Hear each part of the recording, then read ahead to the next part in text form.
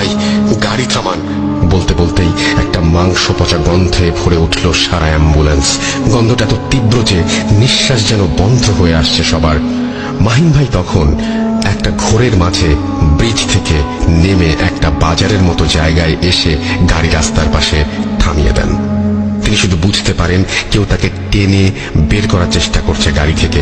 তিনি এক লাফে গাড়ি থেকে বের হয়ে মাটিতে শুয়ে পড়েন। ততক্ষণে বাজারে থাকা কিছু দোকানি আর ট্রাক ড্রাইভার তাদের দিকে ছুটে আসেন, তাদের দোকানে নিয়ে যায় আর পুরো ঘটনা শোনেন। এরপরে তারা বলেন, যেহেতু প্রায় ভোর হতে চলেছে, আপনারা এখানে অপেক্ষা করেন, ফজরের আজান দিলে এরপরে রওনা দেবেন। তারা দোকানে বসে সবাই একটু স্বাভাবিক হওয়ার চেষ্টা করে। এর কিছু সময় পরে দূর থেকে একটা আজানের ক্ষীণ সুর ভেসে আসে। তারা সহ কয়েকজন ট্রাক চালক সাহস করে অ্যাম্বুলেন্সটার দিকে এগিয়ে যায়। দেখেন লাশের কফিনের ঢাকনা খুলে পাশে পড়ে আছে আর লাশের সেই বিভৎস মুখটা বের হয়ে আছে। ওনারা তাড়াতাড়ি ঢাকনা লাগিয়ে দেন কফিনের। এরপরে আবার যাত্রা শুরু করেন। ঠিক একইভাবে তারা বাড়িতে এসে পৌঁছান। এরপরে লাশ নামিয়ে দিয়ে মাহিন ভাই ঢাকার উদ্দেশ্যে রওনা দেন। এবার ওনার সাথে ঘটনা শুরু ঠিক এখান থেকেই। মাহিন ভাই বেশ কিছুদিন আর অ্যাম্বুলেন্স চালান না। এক সপ্তাহ পরে আবার তিনি অ্যাম্বুলেন্স চালানো শুরু করেন। কিন্তু একটা অদ্ভুত ব্যাপার তিনি খেয়াল করতে শুরু করেন। তিনি রাতে যখন একা গাড়ি চালান, ঠিক সেই সময়ে তিনি গাড়ির মাঝে সেদিনের সেই দম বন্ধ করা গন্ধটা পান। এরপরে তিনি গাড়ি রাস্তার সাইডে দাঁড় করিয়ে নেমে পড়লেই দেখেন সবকিছু একদম স্বাভাবিক। গাড়িতে কোনো গন্ধ নেই, সব আগের মতোই আছে। এভাবে কিছুদিন চলার পরে মাহিন ভাইয়ের এটা একটা অভ্যাস হয়ে যায়। কিছুদিন পরে তিনি একদিন রাতে এক রোগীকে বাসায় নামিয়ে দিয়ে আসার পথে আবার সেই গন্ধটা পান। প্রতিবারের মতোই স্বাভাবিকভাবেই গাড়ি থেকে নামতে যাবেন, এমন সময় খেয়াল করেন সেই কফিনটা তার গাড়ির পেছনে রাখা। আবার কফিনের মুখটা খোলা, সেই বিভৎস চেহারার লাশটা শুয়ে আছে তার ভেতরে। এটা দেখে এক মুহূর্তে ভয়ে তার শরীর শক্ত হয়ে যায়। তিনি গাড়ি থেকে বের হয়েই মাটিতে লুটিয়ে পড়েন একটা চিৎকার দিয়ে। এরপরে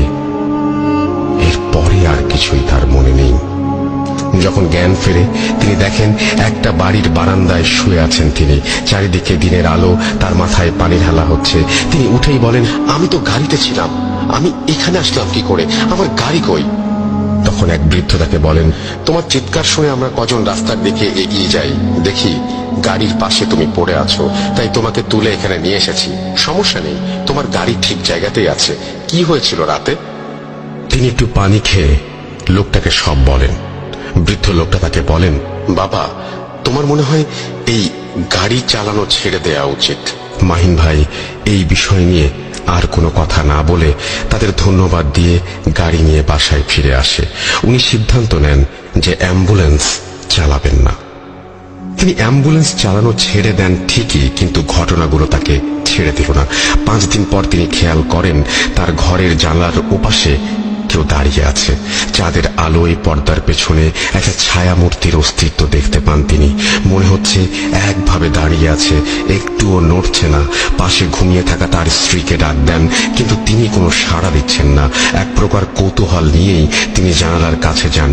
তখনও স্পষ্ট ছায়া মূর্তিটা ঠিক একইভাবে দাঁড়িয়ে। তিনি সাহস করে জানালার পর্দাটা সরাতেই তার চোখের সামনে থেকে যেন ছায়া মূর্তিটা হাওয়ায় মিলিয়ে গেল। ভয়ে জানালা ছেড়ে এক লাফে সরে আসছেন তিনি। তার স্ত্রী তখন শব্দে ঘুম থেকে জেগে উঠে বললেন, কি হয়েছে? তিনি কিছু বলেন না, যদি পরিবারের লোকজন ভয় পায়। পরদিন থেকে তিনি জানালা বন্ধ করে দেন ঘুমানোর সময়। কিন্তু সমস্যা আরেকটা দেখা দেয় তখন। ছায়া মূর্তিটা তখন তিনি তার রুমের মাঝে দেখতে পান। মনে হয় এক দৃষ্টিতে তার দিকে তাকিয়ে আছে। তিনি চিৎকার করে ওঠেন, সাথে সাথে সবাই চলে আসে। পাশে থেকে তার স্ত্রী উঠে বসে, কিন্তু রুমে কেউ কিছু দেখতে পান না, সবকিছু স্বাভাবিক। এভাবে চলতে থাকে বেশ কিছুদিন। মাহিন ভাই দিন দিন অসুস্থ হতে থাকেন।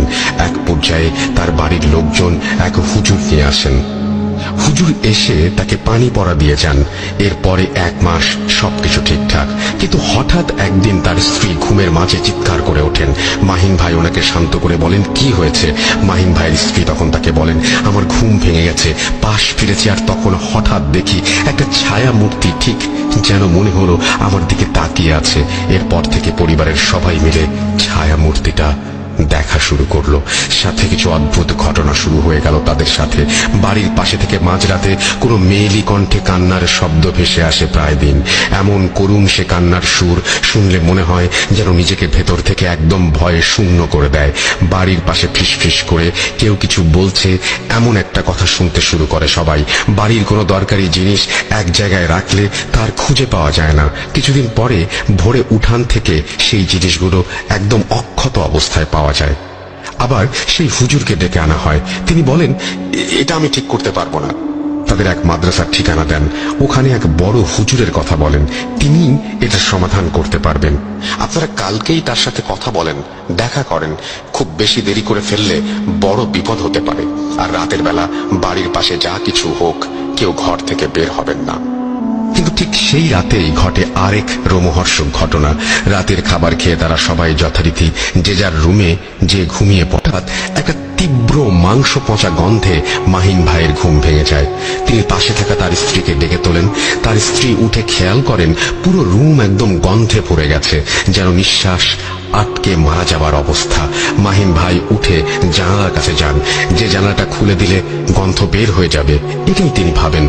ঠিক যখনই জানালাটা খুলেছেন, বাহির থেকে আসা হালকা আলোয় দুজনেই স্পষ্ট দেখতে পান রুমের ফ্যানের সাথে একটা পচা গলিত লাশের দেহ ঝুলে রয়েছে। আর সেই দেহ থেকে কিছু চামড়া আর মাংস যেন খসে খসে পড়ছে মেঝেতে। মাহিন ভাইয়ের আর বুঝতে বাকি রইল না এটা সেদিনের সেই অর্ধ গলিত লাশ। এদিকে মাহিন ভাইয়ের স্ত্রী একটা চিৎকার দিয়ে জ্ঞান হারিয়ে ফেলেন। পাশের রুম থেকে মাহিন ভাইয়ের বাবা মা দৌড়ে এসে দরজায় কড়া নাড়তে থাকেন। মাহিন ভাই এক দৌড়ে দরজা খুলে দেন। সাথে সাথেই যেন রুমের ভেতরে সেই অর্ধগলিত লাশটা উধাও হয়ে যায়। কিন্তু তার বাবা মা রুমে ঢোকার পরেও তারা সবাই মিলে সেই মাংস পচা গন্ধটা পান। তিনি তার বাবা মাকে সবকিছুই বলেন। এরপরে তারা সবাই মিলে এক রুমে বসে রাতটা কাটিয়ে দেন। সকালবেলায় মাহিন ভাই সেই মাদ্রাসায় যান। সেখানে সেই হুজুরকে তিনি সব ঘটনা খুলে বলেন। হুজুর তাকে বলে, আজ মাগরিবের নামাজের পরে আমি তোমাদের বাড়িতে যাব।